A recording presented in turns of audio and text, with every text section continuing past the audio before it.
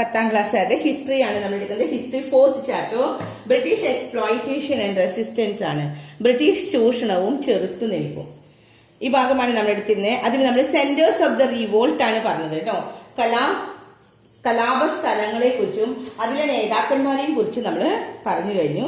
പക്ഷെ നമുക്ക് പെട്ടെന്നൊന്ന് ക്ലാസ് നിർത്തേണ്ട വന്നിരുന്നു, കറണ്ടിന്റെ പ്രോബ്ലം വന്നതുകൊണ്ടാണ്. അപ്പൊ നമ്മൾ ഇന്ന് വീണ്ടും അതൊന്ന് പറഞ്ഞു തരാന്. The British parliament took over, അവിടെയാണ് നമ്മൾ പറഞ്ഞു വന്നിരുന്നത് കേട്ടോ. അത് നമുക്ക് കംപ്ലീറ്റ് ചെയ്യാൻ കഴിഞ്ഞ വീഡിയോയിൽ നമുക്ക് പറ്റിയില്ല, പെട്ടെന്ന് നിർത്തിയതുകൊണ്ടാണ്. The British Parliament took over India from the British East India Company. However, the economic exploitation of the British reached its extreme level in the post-1857 phase. 1857 1857 ഈ കലാപം ഇന്ത്യയിലെ ബ്രിട്ടീഷ് ഭരണത്തിലും നയത്തിലും വലിയ മാറ്റം ഉണ്ടാക്കിയെന്ന്. ഇന്ത്യയുടെ ഭരണം ഇംഗ്ലീഷ് ഈസ്റ്റ് ഇന്ത്യ കമ്പനിയിൽ നിന്ന് British parliament എടുത്തു. ഈസ്റ്റ് ഇന്ത്യ കമ്പനിയിലായിരുന്നു ഇത്ര നാൾ അധികാരം, അത് ബ്രിട്ടീഷ് പാർലമെന്റ് എടുക്കുകയാണ്. ഇനി 1857 ശേഷമാണ് ഏറ്റവും തീവ്രമായിട്ടുള്ള ബ്രിട്ടീഷ് സാമ്പത്തിക ചൂഷണത്തിന്റെ ഏറ്റവും തീവ്രമായിട്ടുള്ള ഘട്ടം എന്ന് പറഞ്ഞാൽ 1857 ശേഷമായിരുന്നു. 1857 വരെ ബ്രിട്ടീഷുകാരൊക്കെ പിടിച്ചെടുക്കാൻ നോക്കായിരുന്നു. 1857 ശേഷമാണ് ദ പോസ്റ്റ് 1857 ഫേസ്. അതാണ് ഭയങ്കര ബുദ്ധിമുട്ട്, എക്സ്ട്രീം ലെവൽ ഉണ്ടായത്. ആ സമയത്ത് it is evident in the starvation death at that time. Starvation, പട്ടിണി മരണങ്ങൾ ഉണ്ടായിരുന്നു എന്ന് 19ാം നൂറ്റാണ്ട് 2ാം പകുതിയിൽ ഉണ്ടായിരുന്ന 24 വൻ ക്ഷാമങ്ങളിൽ 2 കോടിയോളം പേരാണ് മരിച്ചത് എന്ന്. അപ്പൊ 19ാം നൂറ്റാണ്ടിന്റെ 2ാം പകുതിയിലാണ്, second half of the 19th സെഞ്ചുറിയിലാണ് around 2 crores of the people died due to the starvation. ഇനി അടുത്ത് നമുക്ക് ടോപ്പിക്കാണ് ഈ ചൂഷണങ്ങളൊക്കെ തിരിച്ചറിയുന്നു. റിലീസിങ് ദ എക്സ്പ്ലോയിറ്റേഷൻ ആണ് കേട്ടോ. അതിന് നമുക്ക് ഇവിടെയാണ് പഠിക്കാനുള്ളത്. ഇവിടെ ജാതി മത വർഗ പ്രാദേശിക വ്യത്യാസങ്ങൾക്ക് അതീതമായി ഒരു രാജ്യത്തെ ജനങ്ങൾക്കിടയിൽ നിലനിൽക്കുന്ന ഐക്യബോധമാണ് ദേശീയത. എന്താണ് ദേശീയത? എല്ലാവരും പഠിക്കണം കേട്ടോ. അടയാളപ്പെടുത്താം. What is nationalism? Nationalism is the sense of the unity among the people of the country irrespective of caste, creed, religion and regions. ഒരു ജാതി മത വർഗ വ്യത്യാസങ്ങളൊന്നും, പ്രാദേശിക വ്യത്യാസങ്ങൾക്ക് എല്ലാത്തിനും അതീതമായിട്ട് ജനങ്ങൾക്കിടയിൽ ഉണ്ടായിരുന്ന ഒരു ഐക്യബോധത്തിനെയാണ് ദേശീയത. ഇനി ദേശീയതയുടെ ഒരു സംഘടിത രൂപമായിരുന്നു ഇന്ത്യൻ നാഷണൽ കോൺഗ്രസ്. ഈ ദേശീയതയുടെ ഫലമായിട്ടുണ്ടായതാണ് Indian National Congress. Indian National Congress was an example for such a organized form of the nationalism. ഇനി പിന്നത്തെ പഠിക്കാനുള്ളതാണ്. International Congress was formed in the December. എന്നാണ് അപ്പൊ ഇന്റർനാഷണൽ കോൺഗ്രസ് എന്താണെന്ന് പറഞ്ഞു. ഇന്റർനാഷണൽ കോൺഗ്രസ് എന്നാണ് ഫോം ചെയ്തത്? 1885 അല്ലെ? It was formed in the December 1885 in ബോംബെയിലാണ്. 72 delegates from the different parts of India attended the first session. ആദ്യത്തെ സെഷനിൽ തന്നെ എത്ര പേര് മീറ്റ് ചെയ്തു? 72 delegates ആണെന്ന്. 1885 മുതൽ 1947 സ്വാതന്ത്ര്യം ലഭിക്കുന്നവരെയാണെന്ന്. അതിന് മുൻപത്തെ ഇവിടുത്തൊന്ന് വിട്ടുപോയിട്ട് ഇവിടെ പഠിക്കണം കേട്ടോ. 1885 ഡിസംബർ ബോംബെയിൽ വെച്ചാണ് ഇന്ത്യൻ നാഷണൽ കോൺഗ്രസ് രൂപീകരിച്ചത്. പഠിക്കണം ഇന്റർനാഷണൽ കോൺഗ്രസിന്റെ രൂപീകരണം. ഇനി എത്ര ആളുകൾ ഉണ്ടായിരുന്നു? ഇന്ത്യയുടെ വിവിധ ഭാഗങ്ങളിൽ നിന്നെത്തിയ 72 പ്രതിനിധികൾ ഈ രൂപീകരണ സമ്മേളനത്തിൽ, ഇന്റർനാഷണൽ കോൺഗ്രസിന്റെ രൂപീകരണ സമ്മേളനത്തിൽ 72 ഡെലിഗേറ്റ്സ് പങ്കെടുത്തിരുന്നു. 72 ഡെലിഗേറ്റ്സ് എന്ന് പറഞ്ഞാൽ പ്രതിനിധികൾ പങ്കെടുത്തിരുന്നു. ഇനി അടുത്തത് പറയുന്നത് 1885 മുതൽ 1947 സ്വാതന്ത്ര്യ സമരം ഉണ്ടായത്. അതുവരെ ഇന്ത്യയിൽ ബ്രിട്ടീഷ് വിരുദ്ധ സമരങ്ങൾക്ക് നേതൃത്വമായി പങ്കുവഹിച്ചത് ഈ ഇന്ത്യൻ നാഷണൽ കോൺഗ്രസ് ആണ് എന്ന്. അത് ഇംഗ്ലീഷ് മീഡിയക്കാരുടെ ഈ പേജിലാണ്, അടുത്ത പേജിലാണ്.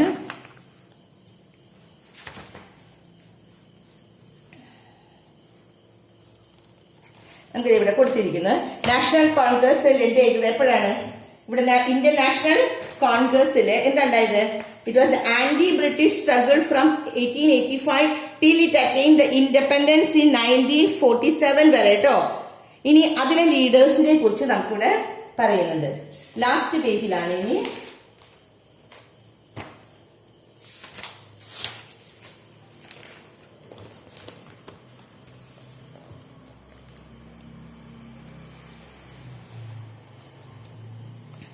ഇവിടെ നമുക്കൊരു ലീഡർ ഉള്ളത് Dadabhai നവറോജിയാണ്. Dadabhai Naoroji was a person who studied about the facts of the determination of Indian economy under the British rule. The drain of wealth to the England was the root cause of the poverty and the starvation in India. അത് important ലീഡറിനെ കുറിച്ച് നമ്മൾ പറയുന്നുണ്ട്, ദാദാബായ് നവറോജി ആണ്. ദാദാബായ് നവറോജി ആയിരുന്നു ഇന്ത്യയിലെ ദാരിദ്ര്യത്തിന്റെയും പട്ടിണിയുടെയും കാര്യങ്ങളെ കുറിച്ച് ചോർച്ചാ സിദ്ധാന്തം, അത് പഠിക്കുന്നതാണ് കേട്ടോ, ഡ്രെയിൻ തിയറി. ആരുടെയാണ്? ചോർച്ചാ സിദ്ധാന്തം എന്നറിയപ്പെടുന്ന തന്റെ നിഗമനങ്ങളെ കുറിച്ചും അദ്ദേഹം poverty and un-British rule in India എന്ന പുസ്തകത്തിൽ പ്രതിപാദിച്ചു. അപ്പൊ ദാദാബായ് നവറോജിയുടെയാണ് ഡ്രെയിൻ തിയറി, അത് പഠിക്കണം കേട്ടോ. ദാദാബായ് നവറോജിയുടെ drain theory, the drain of the wealth. Drain theory എന്ന് പറഞ്ഞാൽ എന്താണെന്നറിയോ? The drain of the wealth, വെൽത്തിന്റെ ചൊരിച്ച്, നമ്മുടെ ഇന്ത്യയിലെ ദാരിദ്ര്യവും പട്ടിണിയും എന്ന് വെച്ചാൽ ഇന്ത്യയിലെ സമ്പത്ത് മുഴുവനും ചോർന്നു പോവുകയായിരുന്നു. അതാണ് ചോർച്ചാ സിദ്ധാന്തം. Drain of wealth to England was the root cause of the poverty and the starvation. നമ്മുടെ വെൽത്ത് മുഴുവനും ഇംഗ്ലണ്ടിലേക്ക് ചോർന്നു പോവുകയായിരുന്നു. അതുകൊണ്ടായിരുന്നു ഇന്ത്യയിൽ പോവർട്ടി, ദാരിദ്ര്യം ഒക്കെ ഉണ്ടായത് എന്ന്. India based on the study he put the forward the drain theory. അതിനെ ബേസ് ചെയ്തിട്ടാണ് ഡ്രെയിൻ തിയറി അയാള് ഉണ്ടാക്കിയത് എന്ന്. അത് ഏത് പുസ്തകത്തിലാണ്? Answer how did the Indian wealth flow to the Britain. ഇനി എങ്ങനെയാണ് ഇന്ത്യയിലെ വെൽത്ത് ഒക്കെ ബ്രിട്ടനിലേക്ക് ഫ്ലോ ചെയ്തത്? അതാണ് ഇവിടെ ഒരു ക്വസ്റ്റ്യൻ കേട്ടോ. ഇന്ത്യൻ സമ്പത്ത് ബ്രിട്ടനിലേക്ക് ചോർന്നത് എങ്ങനെയാണ്? ഈ 4 എണ്ണം പഠിക്കണം. ഒന്നാമത്തത് എന്താണ്? Export of the Indian raw materials, ഇന്ത്യയിൽ നിന്നുള്ള അസംസ്കൃത വസ്തുക്കളൊക്കെ കയറ്റുമതി. രണ്ടാമത്തത് ഇവിടെ പറയുന്നത് salary and pension to the British officers. ഇന്ത്യയിൽ ബ്രിട്ടീഷ് ഓഫീസേഴ്സ് ഇല്ലേ, അവർക്ക് നല്ല സാലറിയും അവർക്ക് നല്ല പെൻഷനും. അപ്പൊ ഇന്ത്യയിലെ പൈസ മുഴുവനല്ല അങ്ങോട്ട് പോകുന്നത്, ഇന്ത്യയിലെ ബ്രിട്ടീഷ് ഉദ്യോഗസ്ഥർക്ക് നൽകുന്ന ശമ്പളവും പെൻഷനും. പിന്നെ മൂന്നാമത്തത് profit gain to the sale of the British products in India. ഇന്ത്യയിലെ ഒരു ബ്രിട്ടീഷ് പ്രോഡക്ട്സ് ഒക്കെ വിൽക്കും, അപ്പൊ അവർക്ക് കിട്ടുന്ന പൈസ, ഇന്ത്യയിൽ ബ്രിട്ടീഷ് ഉൽപ്പന്നങ്ങൾ വിറ്റഴിക്കുക വഴി അവർക്ക് ലഭിച്ച ലാഭം. അടുത്തത് ഇന്ത്യയിൽ നിന്ന് പിരിച്ചെടുത്ത നികുതി, that is the tax from India. ഇത്രയാണ് ഇവിടെ പഠിക്കാനുള്ളത്. ഇനി വേറെയും കുറച്ച് ലീഡേഴ്സിനെ കുറിച്ച് പറയണം. ദാദാബായ് നവറോജി, പിന്നെ നമ്മുടെ ഇവിടുത്തെ കുറച്ച് ലീഡേഴ്സ് ആണ്. ബാക്കിയുള്ള ലീഡേഴ്സ് ബ്രിട്ടീഷ് സാമ്പത്തിക നയങ്ങൾക്ക് ഇന്ത്യയെ എങ്ങനെ ദരിദ്രമാക്കി സംബന്ധിച്ച് സാധാരണക്കാരന് അവബോധം ഉണ്ടാക്കാൻ ദാദാബായ് നവറോജി, രമേശ് ചന്ദ്ര ദത്ത്, ഗോപാലകൃഷ്ണ ഗോഖലെ തുടങ്ങിയ ആദ്യകാല നേതാക്കന്മാര്. അപ്പൊ ആദ്യകാല നേതാക്കളുടെ പേരാണ് ഇവിടെ പഠിക്കാനുള്ളൂ കേട്ടോ. ആരൊക്കെയാണ്? ദാദാബായ് നവറോജി, രമേശ് ചന്ദ്രദത്ത്, ഗോപാലകൃഷ്ണ ഗോഖലെ. ഇവിടെ പേരുകൾ അടയാളപ്പെടുത്ത ഇംഗ്ലീഷ് മീഡിയക്കാര്. ദാദാബായ് നവറോജി, രമേശ് ചന്ദ്ര ദത്ത്, ഗോപാലകൃഷ്ണ ഗോഖലെ. പിന്നെ ഈ ലാസ്റ്റ് ഈ ലൈനാണ് പഠിക്കാനുള്ളത്. The nationalism grown out of such awareness and is termed by some historians as economic nationalism. അതിനെയാണ് എക്കണോമിക് നാഷണലിസം, സാമ്പത്തിക ദേശീയത എന്ന്. നമുക്കിവിടെ പറയുന്നത് ജനങ്ങൾ അനുഭവിച്ച ഈ ദാരിദ്ര്യം, ചൂഷണമൊക്കെ ബ്രിട്ടീഷുകാരുടെ സൃഷ്ടിയാണെന്ന് തിരിച്ചറിഞ്ഞ ജനങ്ങള് ബ്രിട്ടീഷ് വിരുദ്ധ മനോഭാവം ശക്തമാക്കിയെന്ന്. ഇത്തരത്തിൽ വളർന്നു വന്ന ഇന്ത്യൻ ദേശീയതയെയാണ് സാമ്പത്തിക ദേശീയത എന്ന് പറയുന്നത്. അപ്പൊ ബ്രിട്ടീഷുകാർക്ക് എതിരായിട്ട് കോമൺ പീപ്പിൾ റിയലൈസ് ചെയ്തു കേട്ടോ. എന്താണ് എക്കണോമിക് നാഷണലിസം എന്ന് ഇവിടെ തുടങ്ങി പഠിച്ചോ. The common people realised that the poverty and exploitation they faced had been the creation of the British ആണെന്ന്. ഇറ്റ് റെയിൻഫോഴ്സ്, അതുകൊണ്ട് അതെന്തായി, ആന്റി ബ്രിട്ടീഷ് ആറ്റിറ്റ്യൂഡിന് കാരണമായി എന്ന്. അങ്ങനെ വളർന്നു വന്ന the nationalism grown out of such awareness is termed by some historians as economic nationalism. അടുത്ത ടോപ്പിക്കാണ് സ്വദേശി പ്രസ്ഥാനം, പുതിയ തരം ചെറുത്തുനിൽപ്പുകൾ എന്ന്. എന്താ നോക്കാം അവിടെ. അതിലിവിടെയാണ് നമുക്ക് പഠിക്കാനുള്ളത്. Major strategy adopted for the anti-partition movement in the Bengal in 1905 was the boycott of the. നമ്മൾ ഇത്രയും പറഞ്ഞാൽ മതി. ബംഗാളിൽ എന്തായതാണ് 1905. അതിലെന്താ പറഞ്ഞിരിക്കുന്നത് വെച്ചാൽ boycott of the foreign good and consumption of the indigenous product. Indigenous products എന്ന് വെച്ചാൽ ഇൻഡിജിനസ് ഇന്ത്യയിൽ ഉണ്ടായ, നമ്മുടെ ഇവിടെ ഉണ്ടായ പ്രോഡക്ട്സ് ഉപയോഗിക്കുക, ഫോറിൻ ഗുഡ്സിനൊക്കെ ബോയ്ക്കോട്ട് ചെയ്യാൻ. നമുക്കിപ്പോ മനസ്സിലായി സ്വദേശി മൂവ്മെന്റ് എന്താണെന്നാണ് പറയുന്നത് കേട്ടോ. എന്താണ് പറയുന്നത്? 1905 ബ്രിട്ടീഷുകാർ ബംഗാളിനെ വിഭജിച്ചു. The partition movement of the Bengal അല്ലെ, ബംഗാളിനെ പാർട്ടീഷൻ ചെയ്താണ് 1905. 1905 ബംഗാളിനെ പാർട്ടിഷൻ ചെയ്തപ്പോൾ ഉണ്ടായ സംഭവത്തിനെ കുറിച്ചാണ് പറയുന്നത്. 1905 ബ്രിട്ടീഷുകാർ ബംഗാളിനെ വിഭജനത്തിനെതിരെ ആരംഭിച്ച സമരത്തിന്റെ പ്രധാന രീതി ബ്രിട്ടീഷ് ഉൽപ്പന്നങ്ങളുടെ ബഹിഷ്കരണവും തദ്ദേശീയ വസ്തുക്കളുടെ, അതാണ് ഇൻഡിജീനസ് പ്രോഡക്ട്സ് ഉപയോഗിക്കണമെന്ന് തീരുമാനിച്ചു. സമരത്തിന്റെ ഭാഗമായിട്ട് വിദേശ വസ്തുക്കളൊക്കെ അവർ ശേഖരിച്ചു, എന്നിട്ട് അത് പരസ്യമായിട്ടാണ് കത്തിച്ചു കളഞ്ഞു. ഈ സമര രീതിയാണ് സ്വദേശി പ്രസ്ഥാനം. അപ്പൊ എന്താണ് സ്വദേശി പ്രസ്ഥാനം? എവിടെ തുടങ്ങി പഠിക്കണം അറിയോ? 1905 ബ്രിട്ടീഷുകാർ ബംഗാളിനെ വിഭജിച്ചു. അങ്ങനെ വിഭജിച്ചപ്പോ ആരംഭിച്ച സമരമാണ്. അതിന്റെ പ്രധാന രീതി എന്താണ്? ബ്രിട്ടീഷ് സാധനങ്ങളൊക്കെ അവരങ്ങ് ശേഖരിച്ചിട്ട് അതൊക്കെ കത്തിച്ചു കളഞ്ഞു. ബ്രിട്ടീഷ് ഉൽപ്പന്നങ്ങളൊക്കെ അവർ ബഹിഷ്കരിച്ചു.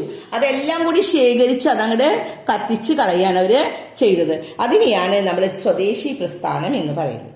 ഇംഗ്ലീഷ് മീഡിയക്കാർ നോക്കുക. The major strategy adopted for the anti-partition movement in the Bengal in 1905 was the boycott of the foreign goods. 1905 ബംഗാളിനെ പാർട്ടിഷൻ ചെയ്തപ്പോഴാണ് അവർ തുടങ്ങിയത്. The boycott of the foreign goods ഒക്കെ ബോയ്ക്കോട്ട് ചെയ്തു. And the consumption of indigenous products, ഇന്ത്യയിലെ സാധനങ്ങൾ, സ്വദേശത്തിലെ സാധനങ്ങൾ മാത്രമേ ഉപയോഗിക്കുള്ളൂ എന്ന്. അതിന്റെ ഫലമായിട്ട് അവരെന്താ ചെയ്തത്? As a part of this agitation foreign goods were collect. അവർ ഫോറിൻ ഗുഡ്സ് ഒക്കെ കളക്ട് ചെയ്തു. അവരത് ഉപയോഗിക്കില്ല എന്ന് പറഞ്ഞിട്ട് അവർ വെറുതെ ഇരുന്നില്ല. അവരതൊക്കെ കളക്ട് ചെയ്തിട്ട് അതൊക്കെ നശിപ്പിച്ചു, കത്തിച്ചു കളയാണ് ചെയ്തത്. ഇതിനെയാണ് നമ്മൾ ഇന്ന് പറയുന്നത് സ്വദേശി മൂവ്മെന്റ് എന്ന് നമ്മൾ പറയുന്നത്. അടുത്ത പേജിൽ നമുക്ക് ഇനി പഠിക്കാനുള്ളത്